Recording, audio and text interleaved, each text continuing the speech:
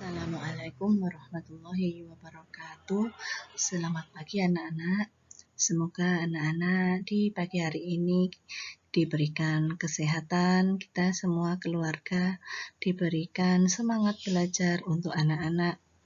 Anak-anak, pada pertemuan kali ini kita akan membahas di tema 1 subtema 3 dengan materi lingkungan dan manfaatnya. Kita masuk di pembelajaran 1.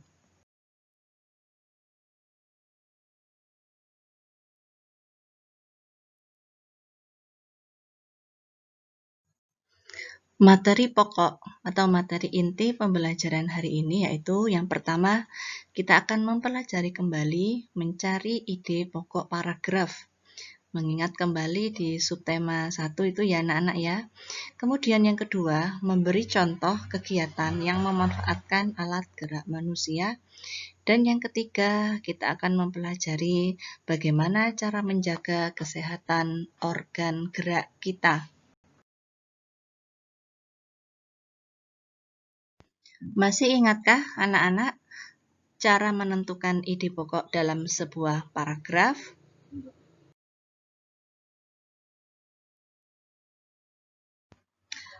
Bu Guru akan mengulang kembali mengenai materi ide pokok karena ketika anak-anak mengerjakan latihan soal kemarin masih banyak latihan soal mengenai ide pokok itu jawabannya kurang tepat. Maka akan Bu Guru jelaskan kembali. Anak-anak, ide pokok itu terdapat dalam kalimat utama. Yang kedua, nama lain dari ide pokok itu bisa disebut dengan gagasan utama atau gagasan pokok. Jadi ada 2 nama ide pokok itu. Kemudian, bagaimana cara menentukan ide pokok?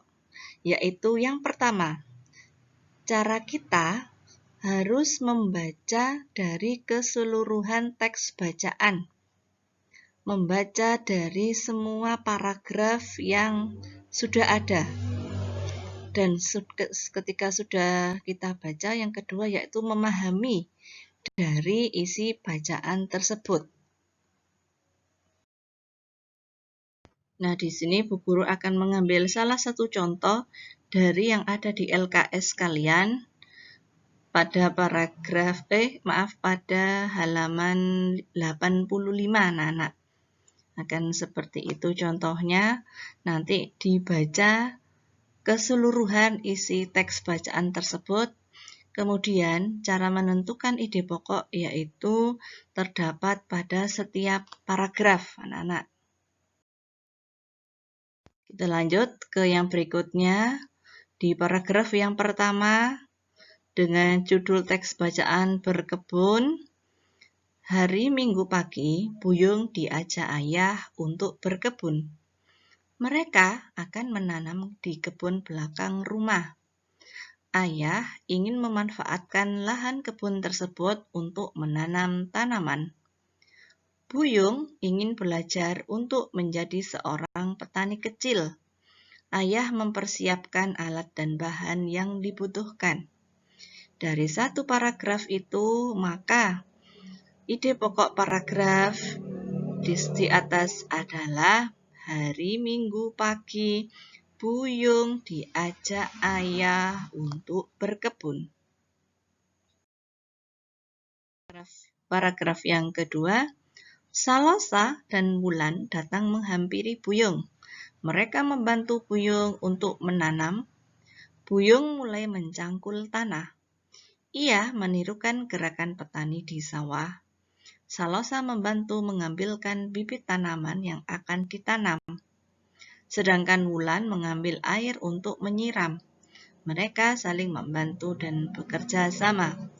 Dari paragraf yang telah dibacakan Bu Guru, maka terdapat ide pokok Salosa dan Wulan datang menghampiri Buyung dan membantu menanam. Kita lanjut di paragraf yang ketiga.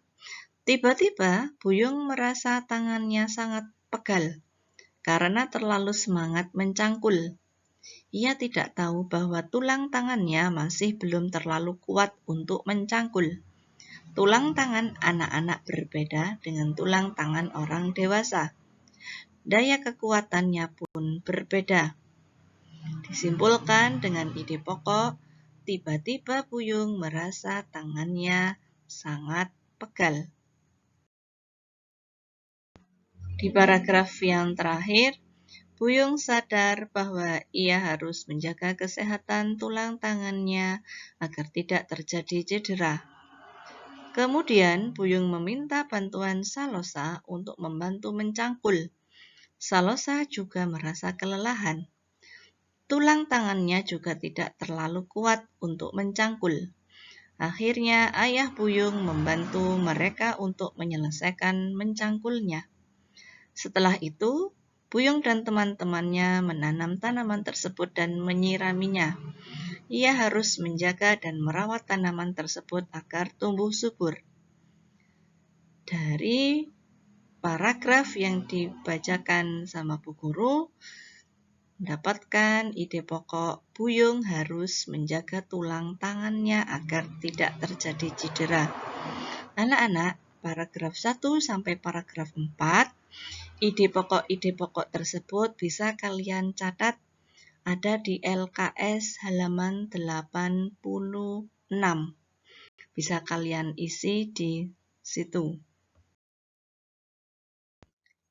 Nah, dari kegiatan berkebun tersebut, maka bagian tulang kita yang berperan adalah tulang anggota gerak atas dan bawah.